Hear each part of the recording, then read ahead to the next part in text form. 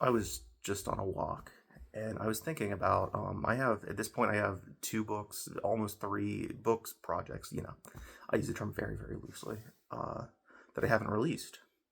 I go back and forth. I'm like, should I put this out?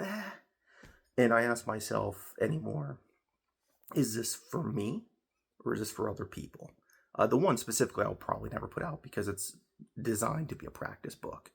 It was literally, it's like grinding in an RPG. It was like just run the laps, get the reps in to make yourself a stronger writer is how I saw it. So a lot of it's very it's like a sketchbook, you see an artist's sketchbook or a songwriter's journal, and it's just like doodles and notes and phrases that may not connect anything.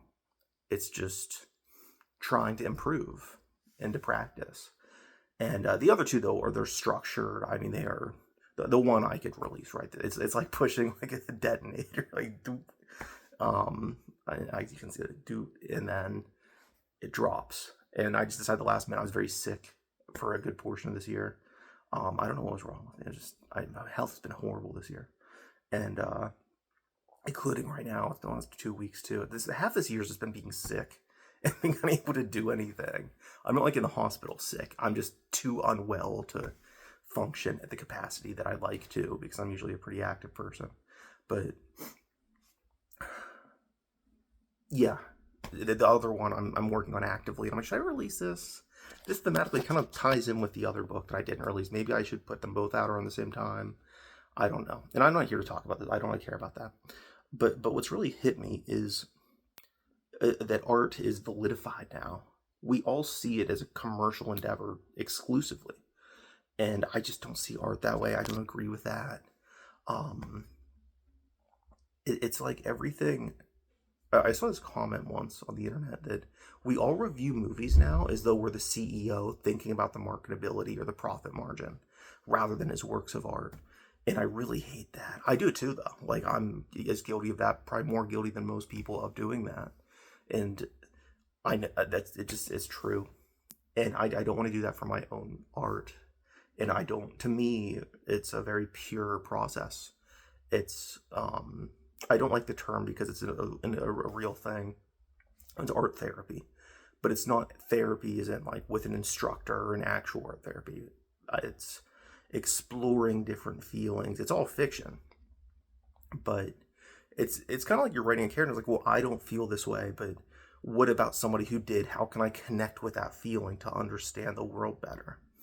Or I don't believe this, but what would lead a person to believe this? Okay, now this person who believes this and feels this way is confronted with maybe a similar situation that I've been confronted with. How would they handle it? And exploring that kind of thing.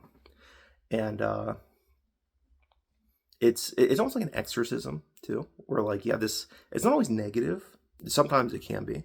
You're dealing with something and getting it out of yourself onto the page helps, or it's something you're really excited about. And that's the thing with that one project. I love it. I'd love to share it with people. I just don't know. I might be the only fan of it ever, which wouldn't be any different than anything else I've attempted. But uh, yeah, you just have to get this thing, good or bad, out. And if it's negative, you convert it to a positive because it's productive. You made something now that exists because of this thing. Um, but I don't. The money thing. The analogy I always give, and it is going to sound bad, is Jesus in the temple, and there's merchants, and he chases them out with the whip. And that's obviously, I'm not comparing myself to Jesus, but that's how I feel about so much things I see in art now, and especially literature, honestly. It's just a bunch of merchants. And to me, it's kind of a sanctified process. I'm not speaking religiously, it's allegory, but it could be for some people. I read religious writings of different, cultures and people, but when I say that, I don't mean that I do it religiously necessarily. But I'm just so uncomfortable with it, and it's gotten to a point for me, especially being a former, owner of a publishing house, co-owner, but you know what I mean. And it was almost just like, well, if this is what it is, like if this is the game, then I don't want to be on the court with these players. I don't. in many cases, I don't respect them. I don't like them or what they do. I don't relate to them. And I don't want to be on the bench just watching either. Like, I would rather just go to some like public park, a basketball court where the hoop doesn't even have the net or anything anymore, and just shoot hoops then. Because I love the game. I don't love this corporate stuff. I think about my inspirations. I'm like, would I love? How cool would it be if, like, Francis Bacon? He's a little dated. Maybe we could like make corporate bacon. Oh, Hieronymus Bosch. Like, let's get a nice corporate Hieronymus Bosch, and we'll put it in the office. Chat GPT, here's your prompt, and it's like, yeah, that's not what I'm about. I love. To me, it's art is human. It's flawed. It's complex. Some of my favorite works of all time are very, very flawed. I mean, Hamlet, probably the best thing ever written, is deeply flawed in certain aspects.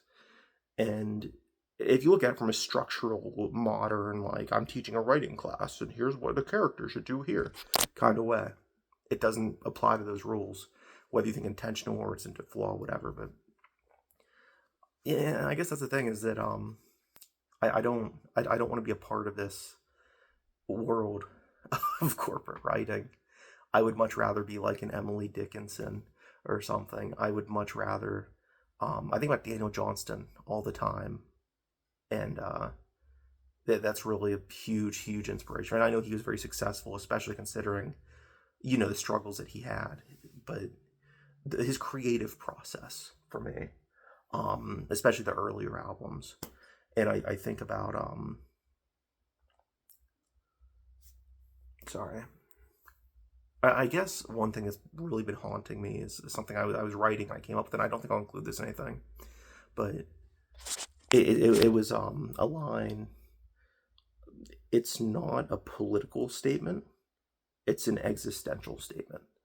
And I don't, whatever, some writing's political, that's fine, satire and all that. I like political writing. I have books on political writing over there.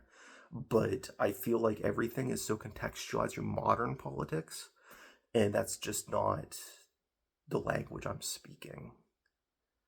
And again, that's fine or whatever, but I just feel like I feel like I'm just of a completely different culture than modern writing, and I don't want to be a part of this culture. I feel like the character, I forget his name now, from Brave New World, who is brought into the Brave New World. And I hate that analogy. It sounds arrogant. And I love modern art. My writing, like, some of my writing is influenced by like modern writers, even ones that I typically don't or wouldn't enjoy. I mean, I can honestly say Ruby Kaur has influenced some things that I've done, and not in a satirical, I'm better than her way. When I talk about these writers, I'm not saying I'm more talented than them. I'm not saying I'm a better person than them. I'm just saying that we're not doing the same thing in the game they're playing. They're playing soccer. I'm playing American football. And I don't really see a reason for an American football player to be on the soccer team, no matter which side of the field they're playing for. And I don't know. That's where I'm at creatively, and I just felt the need to share that because, like I said, go back to the art therapy exorcism approach.